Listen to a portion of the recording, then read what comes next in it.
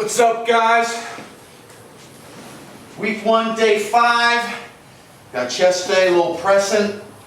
This is going to be just a little bit of a linear progression from day 1.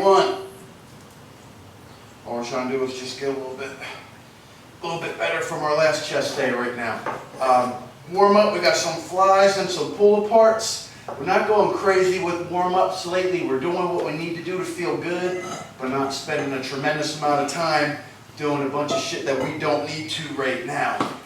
Warming up, moving, all that stuff is great, but when I'm warming up, I want to get my mind right to do the job that I need to do right now. Right now, we're focusing on building some muscle, athletic aesthetics, and not so much increasing our 40 time and shit like that. So that's what it's all about. And I got a lot of time later in the day that I could spend a minute here, 5 minutes there, doing some movement and all that, so I do that. It doesn't always necessarily have to be done for 5-10 minutes right before you train. While that's a great option, you can also do it other times throughout the day, so you just feel good all the time. I always feel like shit for the first minute or two getting out of bed, my ankles and knees, but once I get moving a couple minutes, I'm good to go. So I spent some time doing some general stuff, so I'll make some separate videos for warm-up and health and movement quality and stuff like that. But I just, personally right now, I don't like to spend too much time doing that because I'm responsible enough to do it later in the day or when it needs to be done. If I'm training an athlete and maybe they're not doing it, or I'm assessing them in a warm-up, then I make them do it. So that's what that comes down to.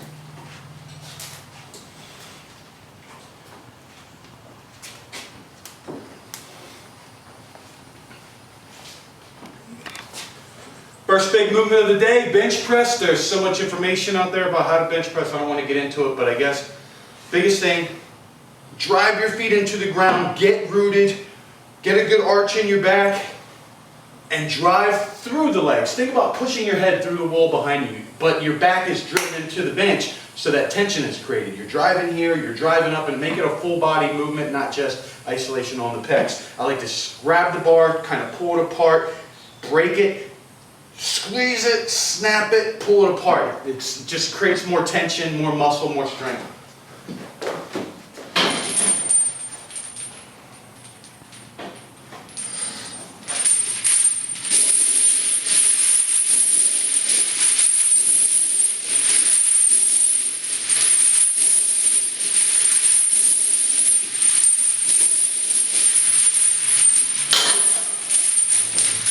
We're doing exactly the same workout for the most part, maybe a couple minor variations, but same workout as day 1. We're just trying to beat ourselves somehow. You know, an extra rep, an extra 5 pounds. There you go.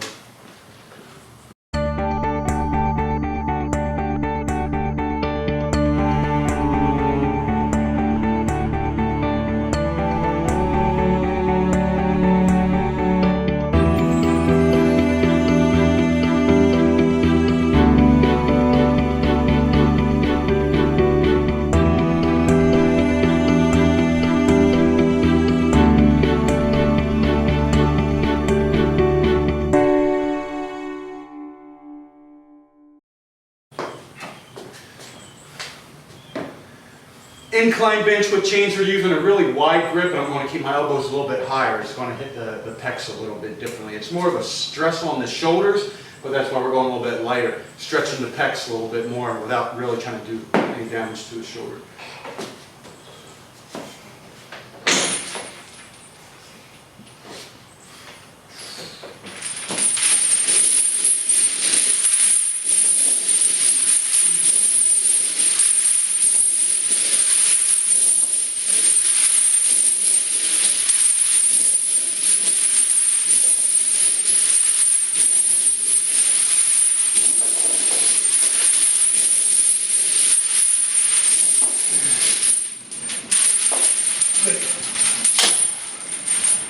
Yeah, so that movement's going to look a little more like this, and really hits the shoulders hard, or the pecs hard, but it's not a strength movement. Don't go too heavy on that. You're really going to trash your shoulders.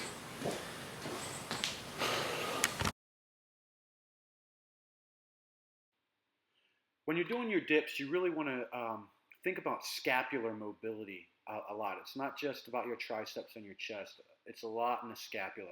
So really retract and elevate your scapula at the bottom. That's going to get a great stretch in the pecs at the bottom. And when you raise up, really protract and depress the scapula hard at the top for a better contraction and a stretch at the bottom.